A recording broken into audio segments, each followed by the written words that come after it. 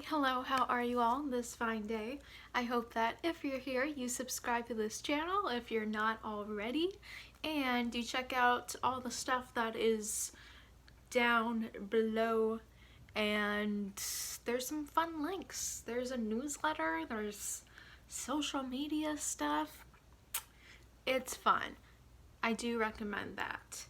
And I basically just stopped everything I was doing because I had this idea, which it's very obvious, and the fact that it it seems to be so forgotten about is a problem, and that is ableism. And let me tell you, I am in many different spaces where social justice and the dynamics of privilege and race and just general diversity is so prevalent and is the focus of the main work and the mission, and yet you're still forgetting about entire population of people that also count as diversity, also count as being generally oppressed, and it's so ingrained in our culture that it's natural to forget about it. And I'm speaking from privilege myself because I'm able to,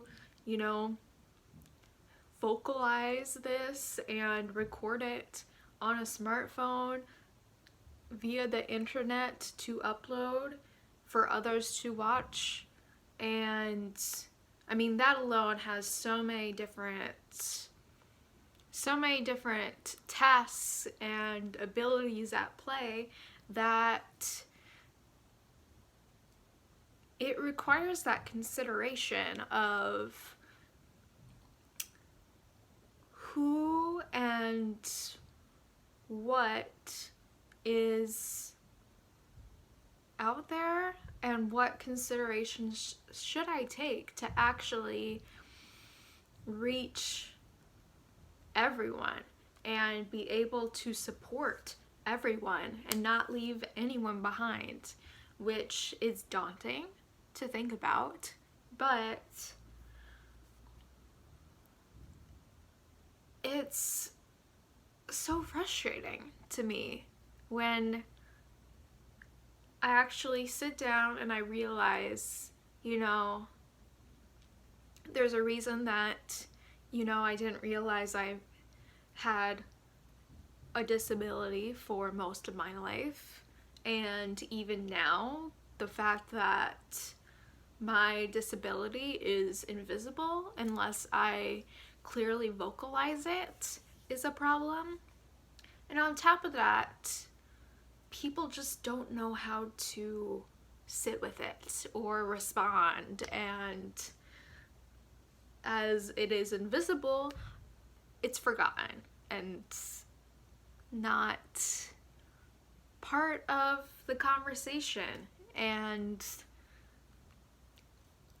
I'm speaking for a very diverse group of people, a diverse population that is only a smidgen of the wide range of disabilities that are out there. And to at least have some sort of voice is so important. And when you're doing work that the whole purpose of it is to give voice to people that don't have it otherwise, and you're still blatantly being ableist, is hypocritical. And I don't blame people to the extent that we're not educated in so many ways of how much of our lives are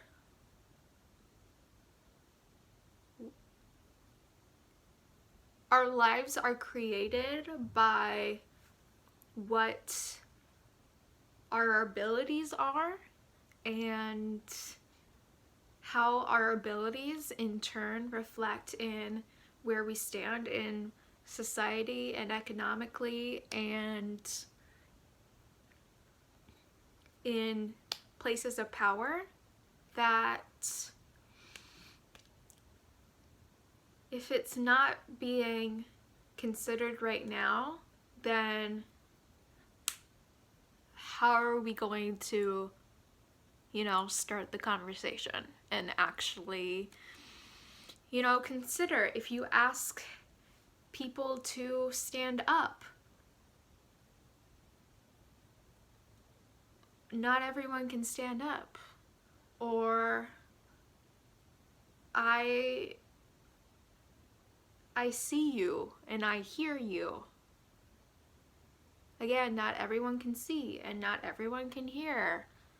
And just the basic concept of accommodations and the amount of work that I've gone through in just a short amount of time to try and authentically live my life as a disabled person, and having to communicate that, I need that sense of stability and that sense of I'm recognized and I'm being addressed in what is good and not good for me. And everyone expects me to figure everything out for them. And on my end, I'm having to go through all the hoops to get the resources, get any sort of benefits, recognition. It's all on me. And does that seem backwards to you, or is it just me? It's very frustrating. And for what I am able to do, not throwing in any sort of functioning labels, because those are trash. And from my position, what I'm able to do right here, right now, is express this and at least have that sort of little nudge that might open someone's mind that didn't consider this before, and I don't know, it might lead to something. I don't know, because when you're in this position of being very mindful of our language, our expectations, our behaviors, our norms are so driven by ableism that you almost just want to throw it all away and just start from scratch. At least that's how I feel. But we can't really do that. So we kind of have to force ourselves to backpedal and see,